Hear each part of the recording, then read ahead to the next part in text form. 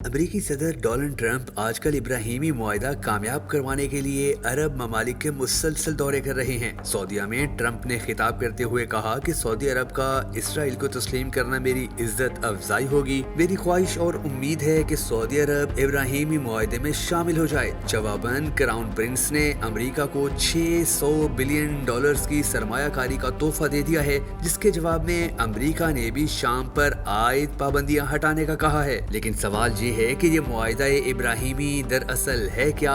इब्राहिमी मुआहदा Israel और कई अरब ममालिक के दरमियान ताल्लुकात को मामूल पर लाने के लिए तय पाने वाले मुआहदों का एक सिलसिला है। ये मुआहदे साल 2020 में अमरीका की सालसी में तय पाए गए थे। इनका मकसद इसराइल को इब्राहिमी भाई करार देते हुए उसे बतौर रियासत तस्लीम कराना है। इब्राहिमी मुआहदे को साल 2020 में तय करते वक्त इसके अहम फरीक इसराइल, UAE और बहरीन थे, और फिर बाद में इसमें सूडान और मराकश भी शामिल हो गए। इसमें मरकजी फरीक के तौर पर इसराइल था, जिसकी जरूरत थी कि वो अरब ममालिक के साथ सफारती ताल्लुकात कायम करे। UAE पहला अरब मुल्क था कि जिसने सितंबर 2020 में इस मुआहदे पर दस्तखत किए। मुत्तहिदा अरब अमारात के फौरन बाद बहरीन इसमें शामिल हुआ, जबकि जमहूरिया सूडान अक्टूबर 2020 में इसराइल के साथ ताल्लुकात मामूल पर लाने पर रजामंद हुआ और 2021 में उसने भी मुआहदे पर दस्तखत कर दिए। पांचवें फरीक के तौर पर मराकश ने भी दिसंबर 2020 में इस मुआहदे पर दस्तखत करके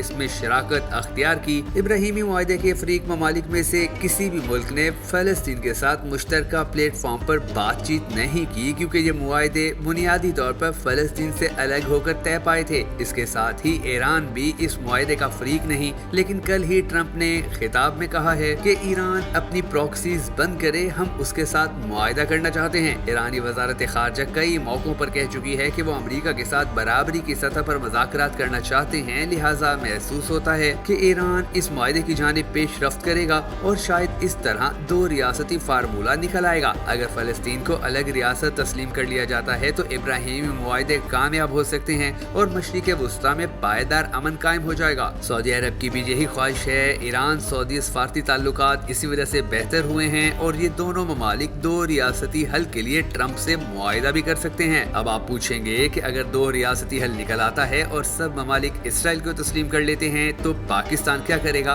तो इस सवाल का जवाब ये है कि पाकिस्तान वही करेगा कि जो सऊदी अरब करेगा, और सऊदीया वही करेगा कि जिससे उसकी मुस्लिम दुनिया में इज्जत भी बहाल रहे और काम भी हो जाए। लिहाजा आने वाला वक्त पूरी दुनिया के अमन के लिए इंतहाई अहम होता जा रहा है, और इस अहमियत में सबसे ज्यादा अहम चीज ट्रंप के वो दौरे हैं कि जो वो अरब ममालिक के कर रहा है।